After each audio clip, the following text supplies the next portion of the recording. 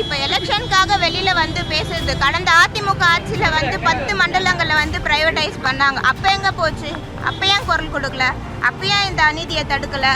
10 மண்டலங்கள் பண்ணுறதுக்கோ 2 மண்டலங்களுக்கு பண்ணுறதோ ஒன்றா? அப்போ குரல் கொடுத்துருக்கலாமே. அப்போ குரல் கொடுக்காம இப்போ வந்து குரல் கொடுத்து அரசியல் பண்ணுறாங்களா?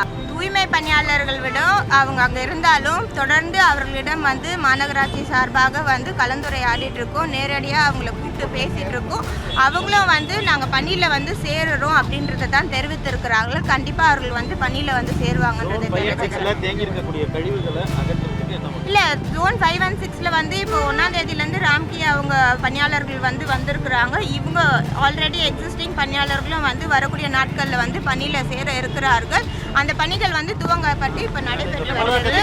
வார்டு வாரியாக வந்து இப்போ பணிகள் துவங்கப்பட்டு இப்போ பணிகள் நடைபெற்று வருகிறது.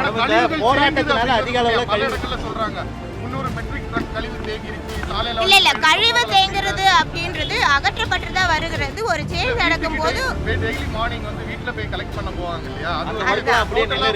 இல்ல ஒரு நாட்கள் வந்து ராம்கி வந்து டேக் ஓவர் பண்றதுக்கு இருந்தாங்க. இப்போ வார்டு வாரியா வந்து பிஓவி வழங்கப்பட்டிருக்கிறது. வீடு வீடா வந்து குப்பைகளை வந்து சேகரிக்கும் பணிகளில் வந்து ஈடுபட்டு வரார்கள். இப்பொழுது வந்து படிப்படியாக வந்து நம்ம நடைமுறைக்கு வரப்படும்ன்றதை தெரிவித்துக்கிறேன்.